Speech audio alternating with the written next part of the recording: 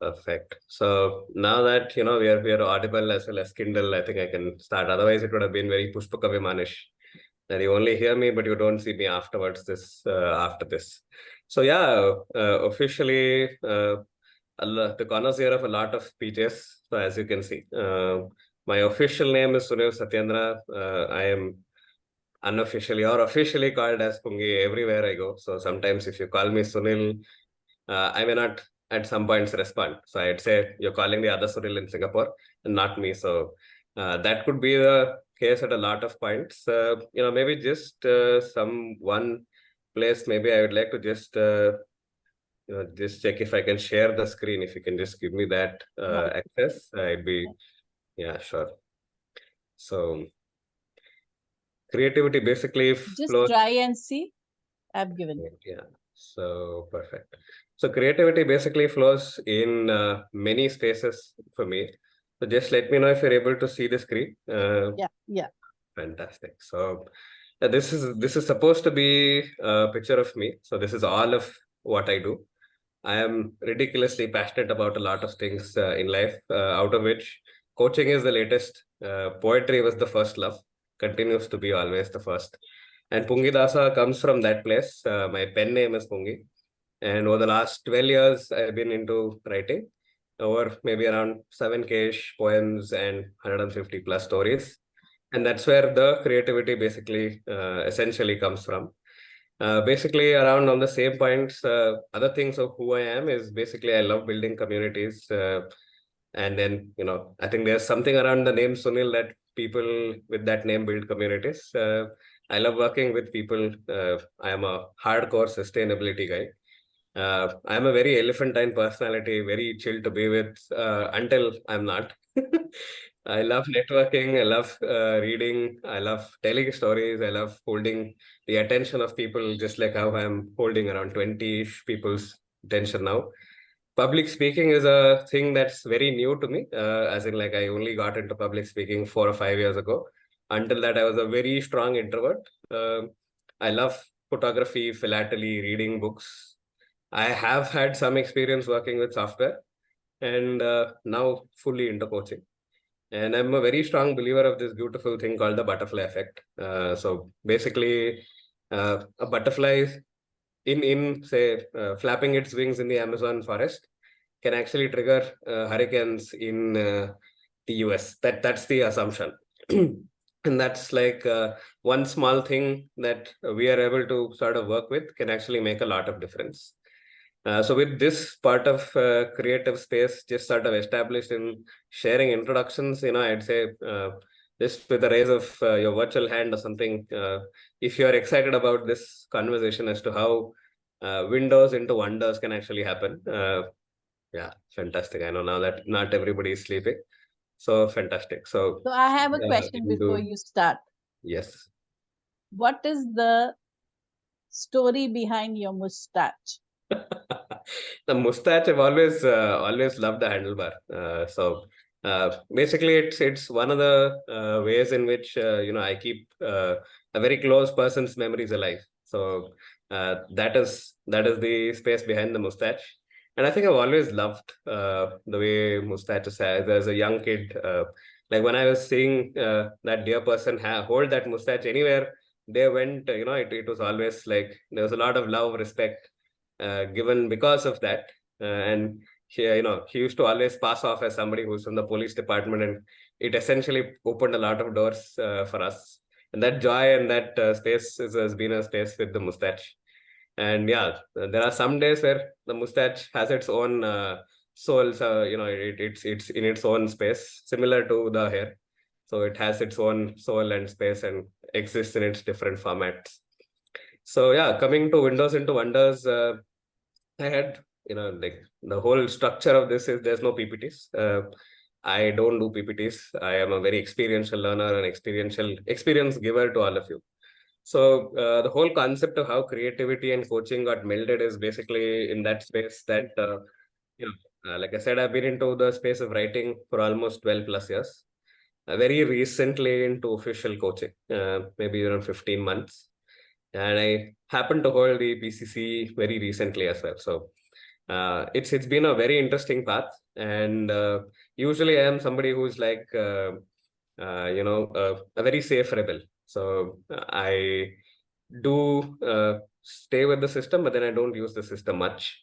So I understood what's happening with a lot of these competencies, and I said there is a one sort of a space, special space wherein I hold certain the right things. And essentially, I've been an Ekalavya coach. For those that are not familiar with the Ekalavya space, it's that Ekalavya is a self-learned archer who comes in the Mahabharata space. But my both my thumbs are intact, so nobody's actually asked for it. So I have learned things in coaching and essentially found my own space in terms of what coaching and creativity can bring into place. And I've had some fantastic results. So I use this when actually when in a place where I am coaching a client and the client is actually in a space where they feel they are not moving anyways. So I just before this I had a session wherein one of the participants are like, I don't know what to do, and what does the importance question happen? Like all those markers and competencies once you've hit, but everything is basically being shut to a point where I don't know what is happening.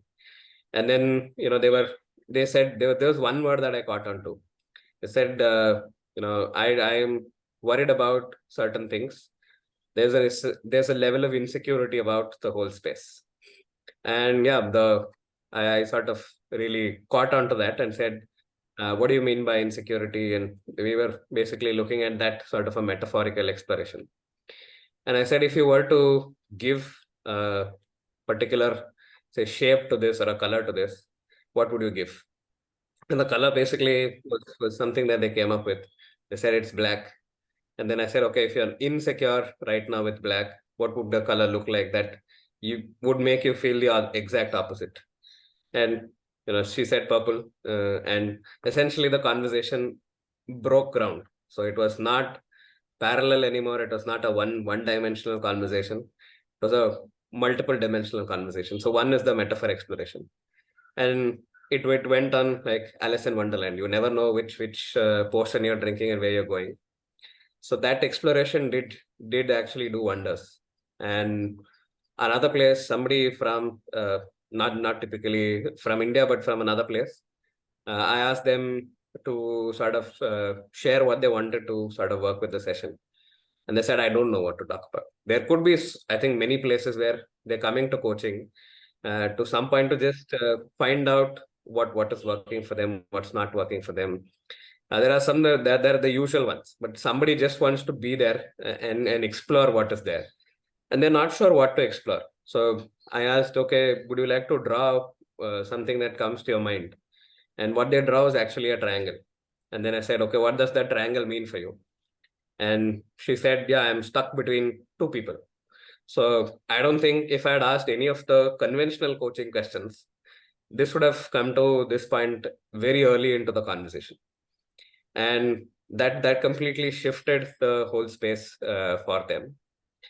And yeah, another conversation was around, say, how do you feel?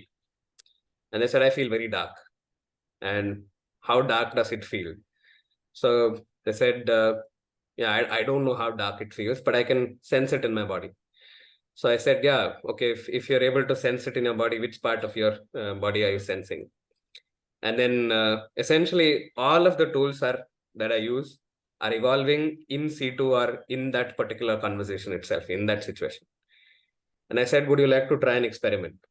So all of these until now that I told you, have always been the ones that I've said, ask permission and only taken it. It's not like I decide and, that's how it runs. So I said, do you want to try something new? And they said, yes. So, and I said, just would you like to close your eyes and, just maybe mute and talk to that sensation that you're currently talking with, that you're feeling. And you don't have to let me know what is that you're talking. You can just mute and then talk. That conversation went on for 15 minutes. I am just listening to that entire, like, I'm not essentially listening as with the audio, but I'm just there with that particular presence. And I said, like, after 15 minutes, when they actually opened up, there were tears essentially flowing. I knew something really massive has shifted inside. And I just stayed with that in silence. And, they actually opened up as to what was the whole, the situation they were in. What was that was opened up to them through this. No questions, absolutely no questions. And then I said, did something move for you in this conversation? And, they did actually share what moved for them. So these are some of my very deep, intense experiences with coaching and specifically bringing creativity together. And one of the first times I think I tried this, I was a very young coach at that point, around 70, 80 hours into my ACC practice.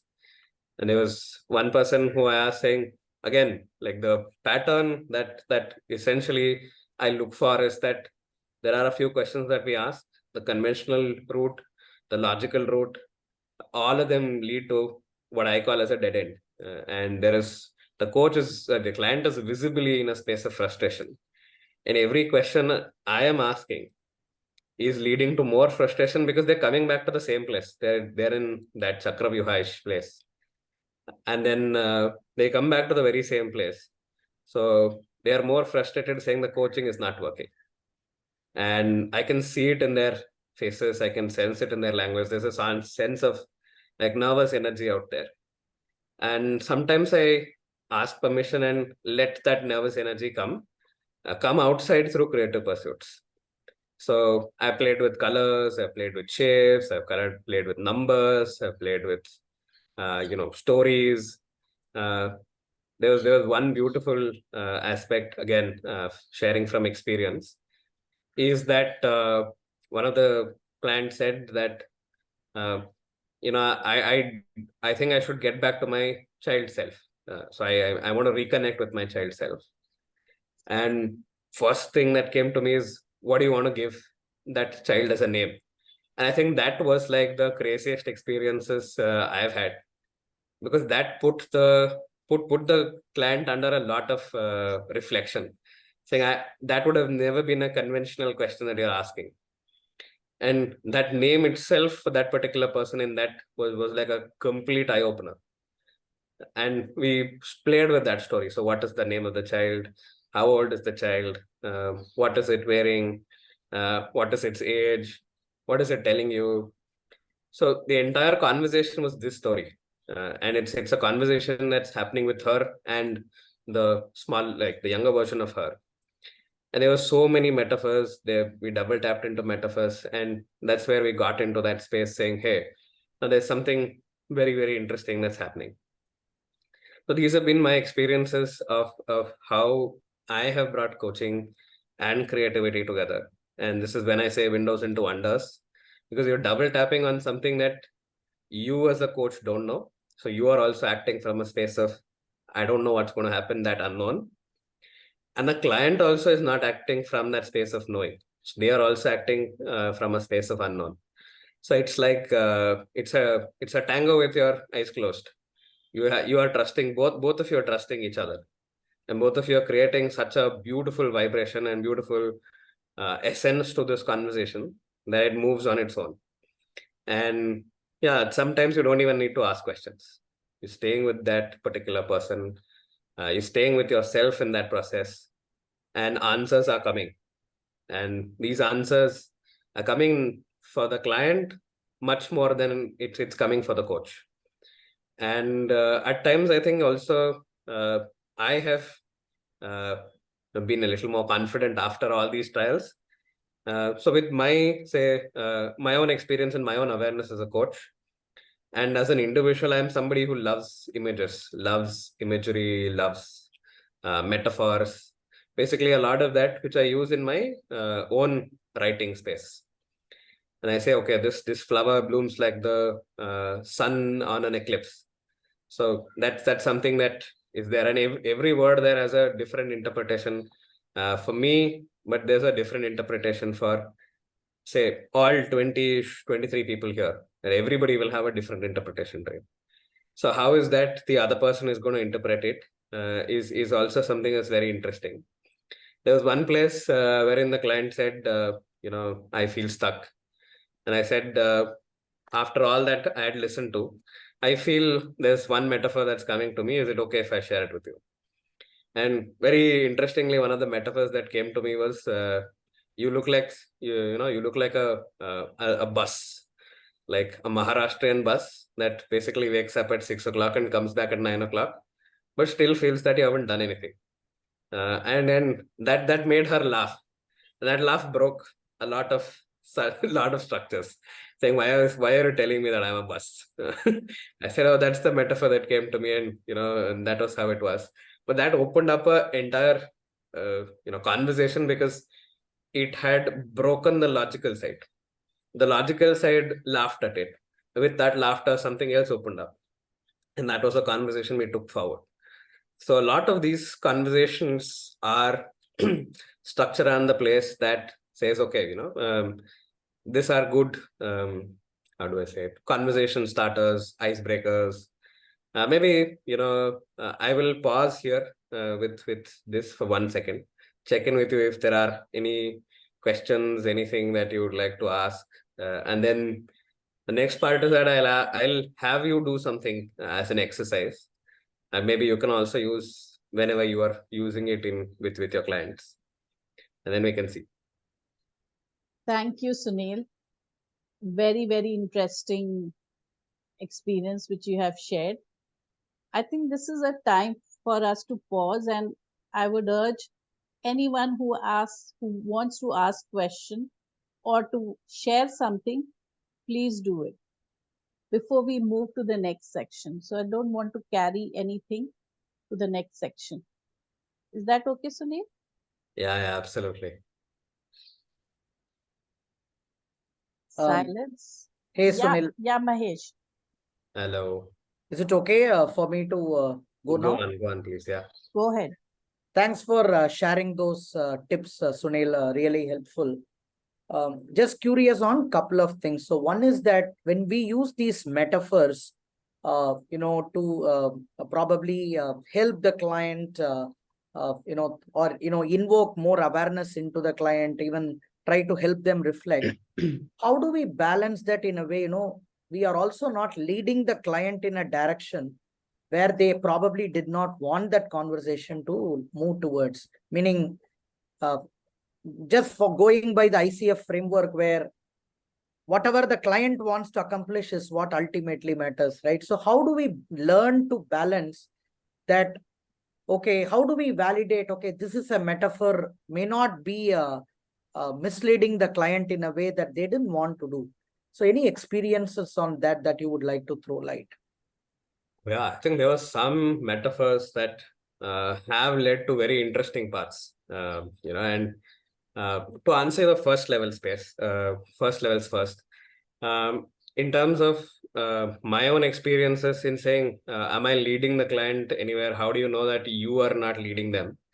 I would come to that with more of a like a one question before, or one answer before, to say, okay, how do you know that you're leading the client? Because you feel you're leading the client. So at some point, it's as simple as this. So if I'm saying that I feel like an old coach, basically doing the steam engine stuff, coming here, and I am hooting my own horns, but nobody is listening to me. So I have given you like a truckload of metaphors now. So you choose which would be a metaphor that you'd say, okay, you can say that I hear so many metaphors. What's that metaphor that's most resonating with you? Simple. So the client is still leading, or the client is still leading the conversation. They're taking it the way they want to take it. And say, when you say you are an old coach, like you're hooting your horns and nobody's listening to you, how are you feeling? This still is an exploration of the metaphor. So you're saying, okay, which part of so does that mean that you are an engine that's moving forward, because that's where the hooting space is? So how old is the engine? Why do you feel like that? So there are so many such spaces that you can still have the client have the onus of where they want to go. You're not leading them. And maybe I'll also add in that with experience we'll get there. It is an experience space. you also have to read the energies of the client. Is it just a metaphor passed in comment like this, or is it a metaphor that they feel involved in? How is the body, how is the voice intonation? There are many things that you read into it that says, okay, this is a metaphor worth a double tapping. So all are metaphors. Some could be maybe not interested or interesting in that particular framework that you're looking at. So, for example, I suddenly bring in a Virat Kohli reference, but Virat Kohli is no longer is no reference to this particular conversation. So maybe you're like, okay, what does it mean? You can always tap it, but is there a space that you feel is relevant or not relevant? So you don't decide whether it is not relevant or not. So if you feel that there is something that's zara hatke feeling, so maybe there's always that scope to double tap on it.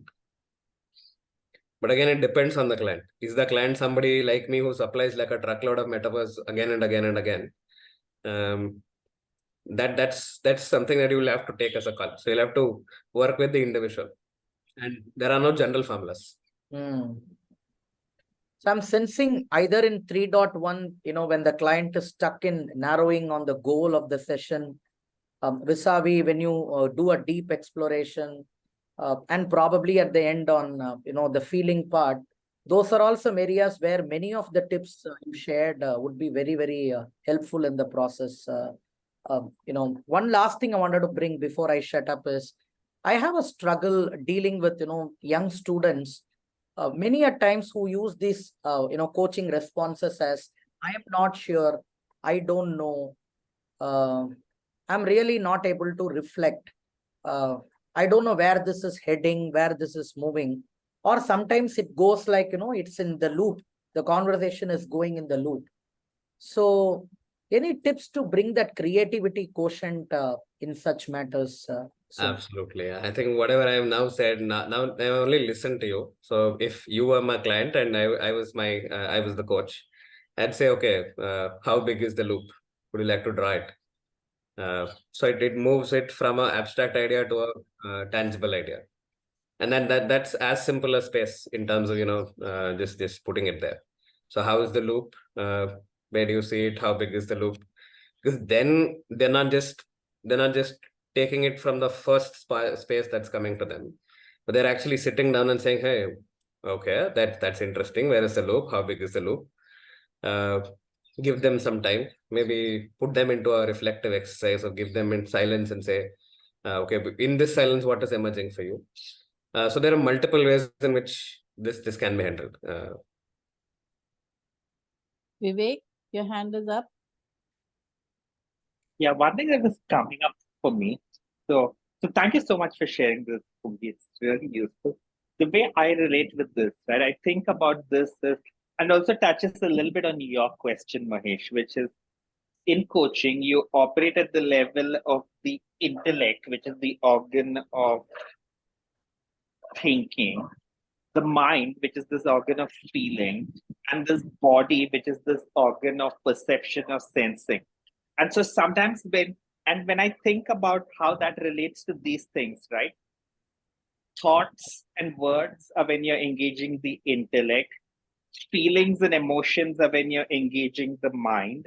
And sensations in terms of what's happening in your body is when you're engaging the body. And I've found it useful to move across these different domains if you get stuck in one domain. Like if you ask them a question, which they have to think about, and their answer is, I don't know, moving to what are they feeling right now or what are they sensing right now can be a way to get them unstuck. And that's where all of these things about, say, pictures, metaphors, are also very clever ways to move from one domain to the other. That's what was coming up for me and I wanted to share.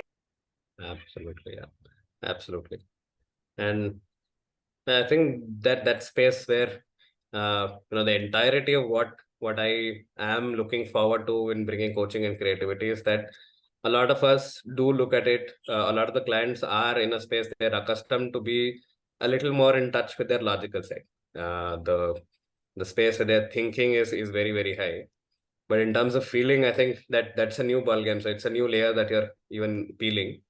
And so like onion, there are multiple layers that you're peeling. So you go into beliefs. It's a lot easy to get into belief structures with this, value structures. instead of conversation, this is actually like happening at a way faster pace. So one very interesting and funny incident is that I had one client who had come for a 6-session space, and then I used a lot of these techniques, and it got over in 3. And I was like, oh, gone case for the other 3. I lost out on 3 sessions, money from 3 sessions because we had contracted for a per session this thing. But I was like very happy saying, hey, this is actually working in terms of breaking certain structures that they have. And it's very easy to tap into the stories that they're telling themselves. And then they can always retell the story the way they want it to.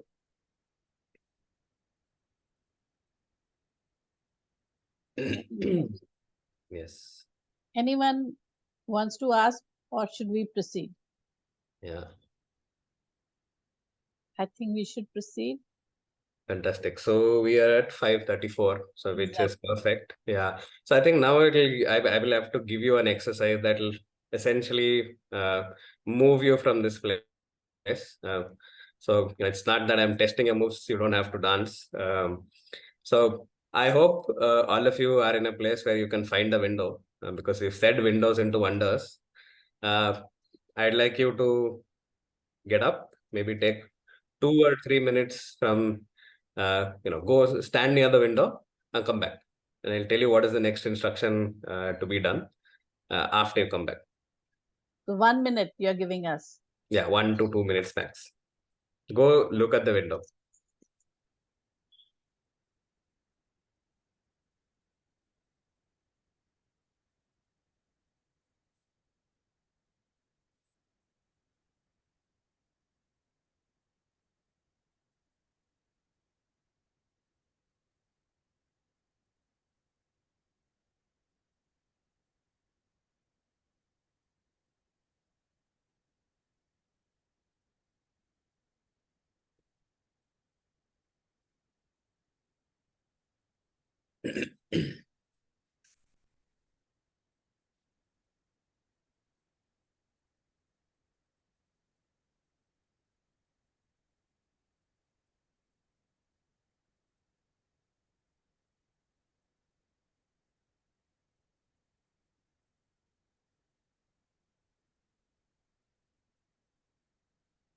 Hmm.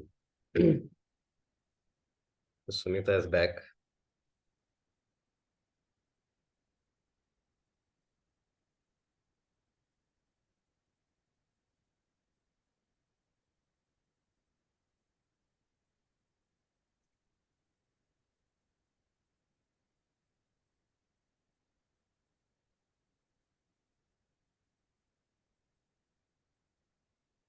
All back? Quick thumbs up. We lost 1, but it's okay. We were 22, now we are 21. This is before we said switch on your cameras. If you had asked us to switch on cameras, maybe we would have lasted 2 more. Yeah, Yes. you're back.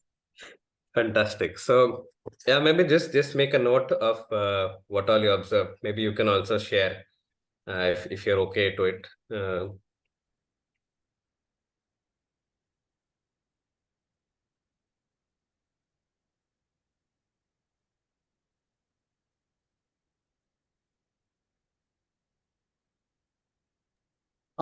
what is it that we are supposed to don't know?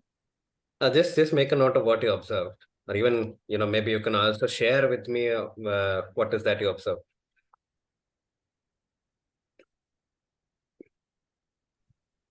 Do you want us to say it out? Do you want us to type it in? Do you want us Type to it in, say it out loud. I think you Your are choice. the boss.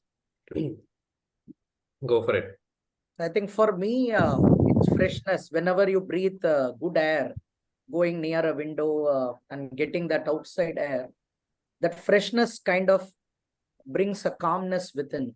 And even the energy that I felt, before going there vis-a-vis, there is some kind of freshness more inner than external that I can sense.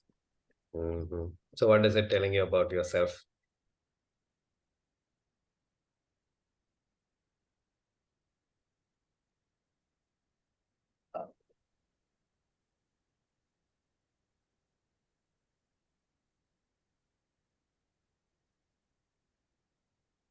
I think I'm relating this back to, the inner and the outer self.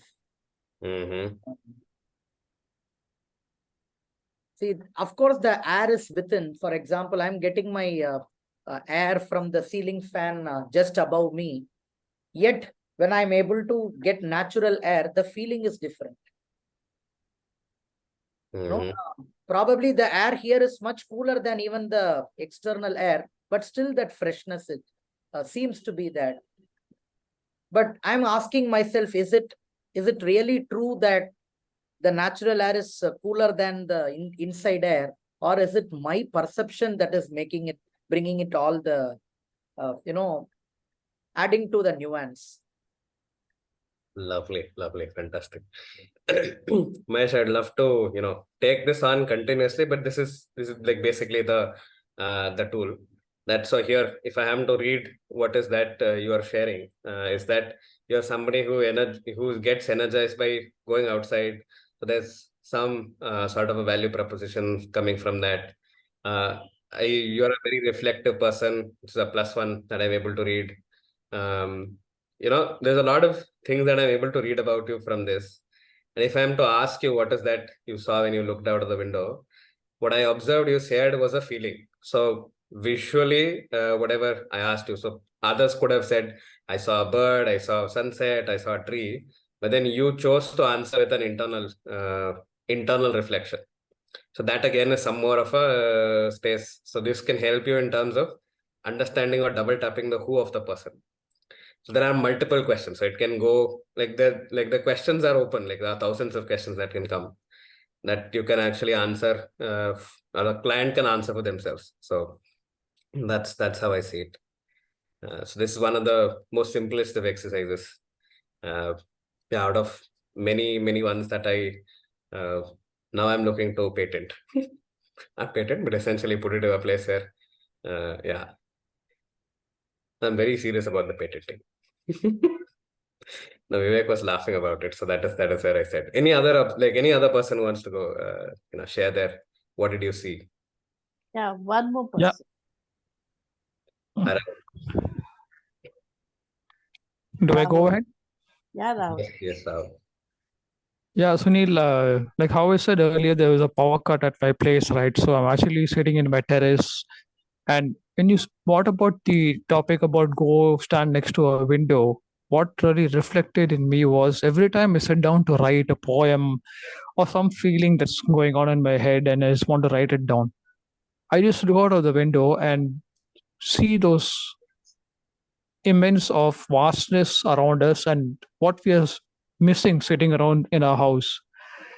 So I, it just like made me feel so very connected to a passion which I have, that is writing, and it gives me immense ideas. Like I start to dream, I start to think about so many things, and it just all flows in the poem and in whatever I am writing. And it's a wonderful feeling when you see how the compilation is at the end, and you might want to just go. I might want to just go again and see if there's something I left out, read the poem standing by the window, and some other thought comes in. So, it's just a beautiful experience. Thank you so much. Oh, fantastic. So I'm looking forward to hearing what that poem that you wrote. Yes. So thanks, Rahul. Thanks for sharing. So every other person, so the trigger was the same for all of you, all 20 of you. But the way you chose to respond is completely different. So each client will respond completely differently. And these are some of the spaces where suddenly, since you're moving, the thought process also switches. And then when you go there, you're mindful, you're observing. So one of the things that you can actually look at doing is what are you seeing, what are you observing, and what are you reflecting? What seems to be missing? What are you appreciating about this? So that like proper 5 questions can take you to the entire conversation. You can go through the conversation with these 5 questions. So there are like hundreds of possibilities that can come out of just asking the client to look out of the window, and could be done in places where the client is like they've come to the session but they don't know what to talk about. So you're double tapping onto their inner wisdom. Say, okay, this is a topic that I want to bring, and then you can always, like, one of the other ideas that I had was you go come back and put particular one word that comes to you as part of that and put it inside a shape. So maybe that's also something that you can do. That now that you've seen this window, you come back, you're sitting here.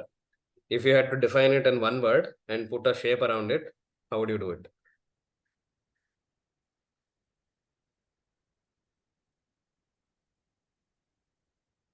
Pungi, Mm-hmm. I have two questions here. Mm-hmm. As I'm listening to you, there are two areas which, as a competency or skill, which I am thinking that for me, one is the courage to say what I am feeling or sensing, not feeling, sensing. That I can right now ask a question like that. That needs courage. And the second is having that faith in my instinct. I Oh, don't yeah. know whether it's instinct or beyond that, but my instinct is telling me that this person needs that break of thought. So I want to send him out to, like you did, go to the window and have a look. So that Yeah. is also an instinctive reaction or urge to do that. How do you do it as a practice? I would like to just tweak that word, instinctive to intuitive. So if I have to Because I ask it, still don't know whether it's instinct or intuitive. no, and in terms of instinct, so you're born on instinct. So it's an inner Yeah. wisdom that's coming to you, and mostly it's like a, you don't think about it, you do it through instinct. So Yeah. intuition, there is that delta, there's a pause. So you sense it, and then you take that. It's a sense-based stuff, and varies. So there's no general formula. Instinctive is usually like a general formula. Intuitive is more of a like, yeah, it depends on where it lands and how you want it to land. But I think this is definitely a strong competency. And I think maybe my confidence in coaching is something that helped me to bring it very quickly to the equation. And I've experimented with a lot of things, so that this was like, experimentation is what got creativity into coaching. So that's one. And I think, when do you know to ask this question? I think that's a very, very intuitive guess. Sometimes I'm like, I don't want to take this here. I'd rather wait for what's going to happen for the next 2 or 3 seconds or minute, because that sometimes I know I'm processing it. So it's a very real time space. So my presence is very, very strongly there. So my maintaining presence, listening actively to not the words that are said, to not only the words that are said, the unsaid. What is the body telling? What is the intonation telling? Is there any experience that I have with this person from, say, the previous experience? Is this person ready for something like this? Would they be okay? That also is something that it gets processed slowly, but not so slowly that I'm just like blank. So it happens internally, while the coach is the client is maybe in their own space, and uh, maybe even at this point when they're talking about what is not the most resourceful of past that they have, they're talking about the past. At some point, some question is triggered a past based response, and it's going into a negative spiral. So what one of the spaces is that I do, I listen to them and say, what is this? If my observation is correct, what I heard you see is going to a negative spiral, or a spiral that may be the most uncomfortable one for you. How would you, or what would you associate it to? So a color, a number, an image, a metaphor, and what is the opposite of it? So what happens is, the entire thought process that was now the feeling or the emotion that was anchored, that was continuing in a phase of, maybe not the most comfortable of emotions, now suddenly has to reroute itself to say, okay, how do I put it to a metaphor? How do I put it to an image? The processing shifts from expressing the emotion to putting the emotion to a number or to a place. So that's one way of effectively switching off. So it's like when a kid falls down and is crying, and you're like, you point it to the fan and say, look at the fan is spinning, and the kid stops crying. So at some points, maybe, this is one of the use cases to use this particular space. But yeah, I think the other one is also that you feel a lot of cognitive answers are coming, and cognitive answers are taking them nowhere.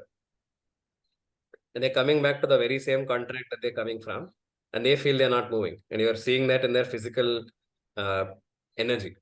Their energies are getting agitated, they're getting frustrated, their voice is shifting, their shoulders drooping. There are multiple sensors.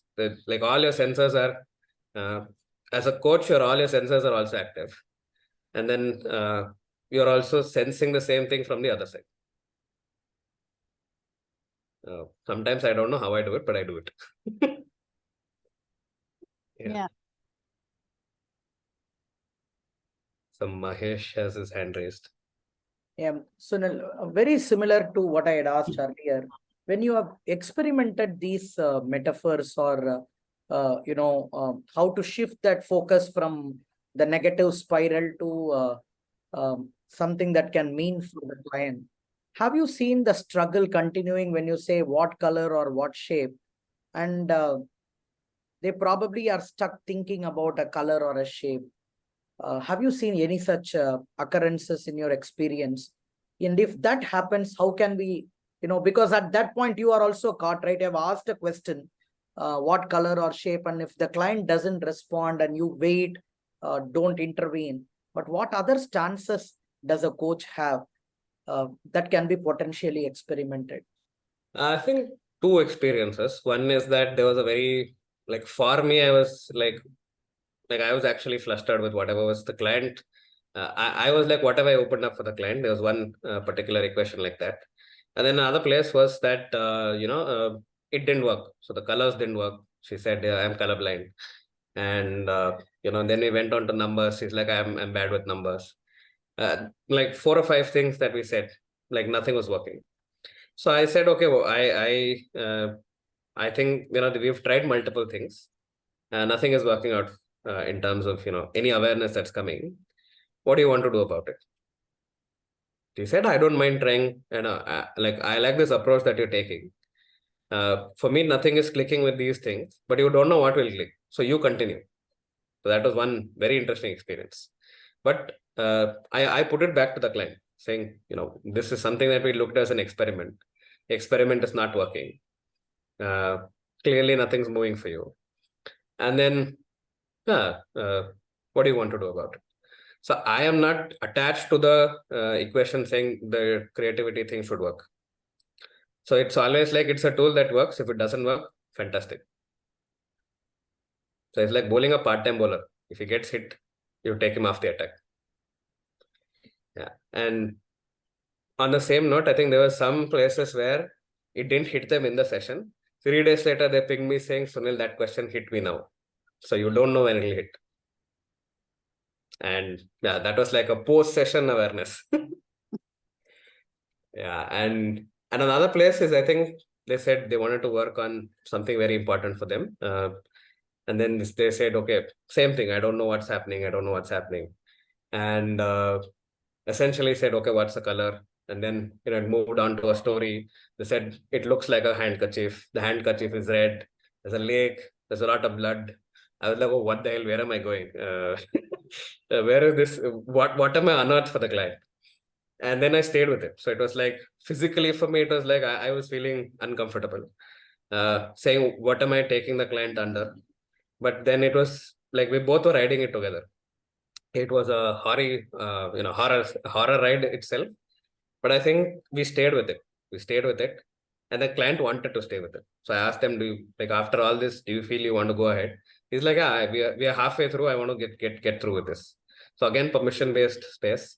Once we got out, it was like there was a childhood memory that was getting triggered every time they were trying to do certain stuff, which is exactly the contract. The contract was to figure out why I'm not being able to do that. So it went to that space, and then they were able to unlock that. And then after that, everything was smooth. the energy shift between the like metaphor exploration and the awareness and this thing was like a tornado. Like you have like a truckload of energy and suddenly they're very silent. So you'll have to be saying, okay, now I don't want to use the tool anymore because there's a shift already that's come. So your sensors need to be really tuned. And confidence is absolutely needed, because if you take them to a tool and then you are now having questions, then it's a then it's a ball game that's gone horribly wrong. So you're not being true to the client. You're trying to use the client as a guinea pig. So it doesn't work. So you will have to be confident, and once you're in, stay with it, stay the course, and you will know if you're reading the person from the other side, you will know that it's a good time to stop this. You can always ask.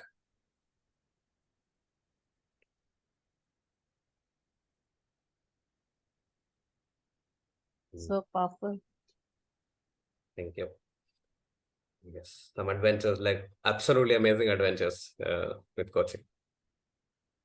I can really connect to that. As a coach, how confident should we be in experimenting whatever we like to? Somebody was, while practicing, Sunil, tried experimenting that empty chair technique. And me being the client, they asked me to imagine another version of my own self. And then every question, they were also confused whether it is they are asking to the Mahesh or the empty chair. I also got confused, and the coach also got confused. Absolutely. Then I realized, okay, they were not sure. Maybe I am the first experiment for them. Yeah, and I think that there are such stories as well. I think initially when you're trying, these things happen. So peer coaching is one of the safest ways to try it out. So anyone else? We have just 5 minutes to go. Anyone who wants to share something, make an observation, anything, before we ask Sunil, Pungi to summarize it.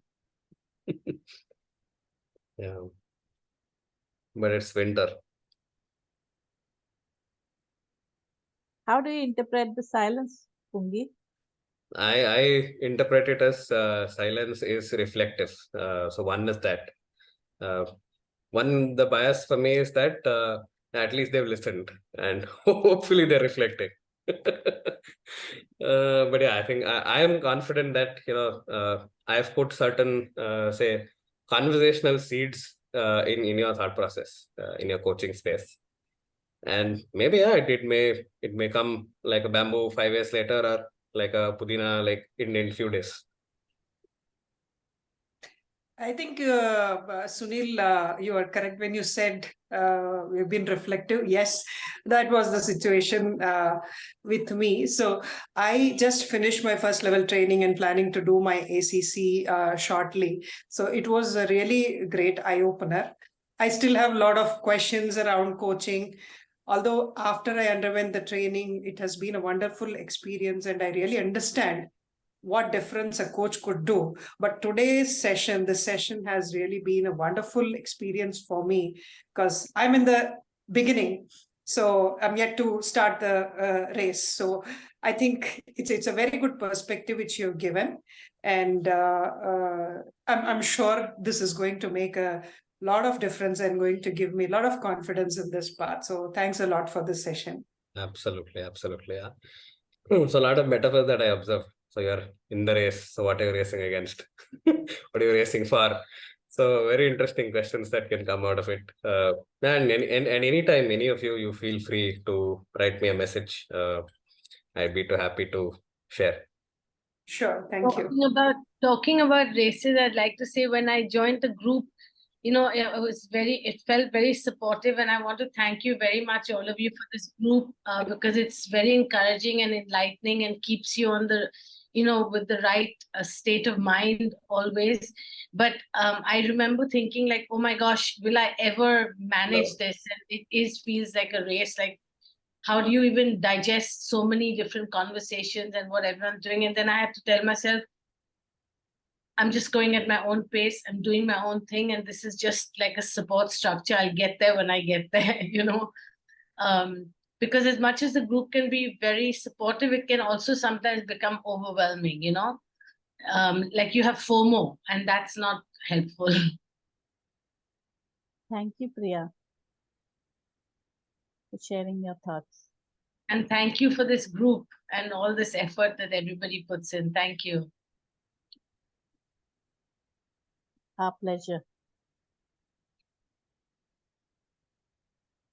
And if we have the reflective space still around, we should leave it like that, Sunil. I want to thank you on behalf of the coaching journey team to say that come back and do more and more of this session. Maybe an expansive session where you can do a live demo of a coaching situation, and then how did you use it. Sometimes Absolutely. observation is the best teacher for all of us. Absolutely. Always happy to do a live coaching. I think that's something that I enjoy. So not knowing who the client is, not knowing what the situation that they're bringing in. So I love that mystery that surrounds that. So I'd be happy to do that. And this one was fantastic. I think I got to know a lot of you in person, Sunita, Namrata.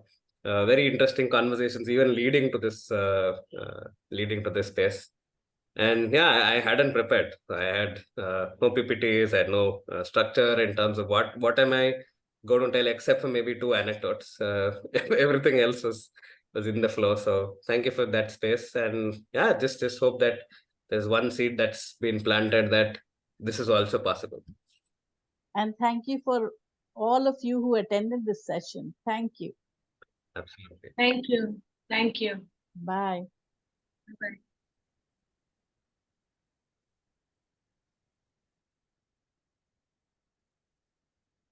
Thank you, Pungi. Thank you. See you. See you.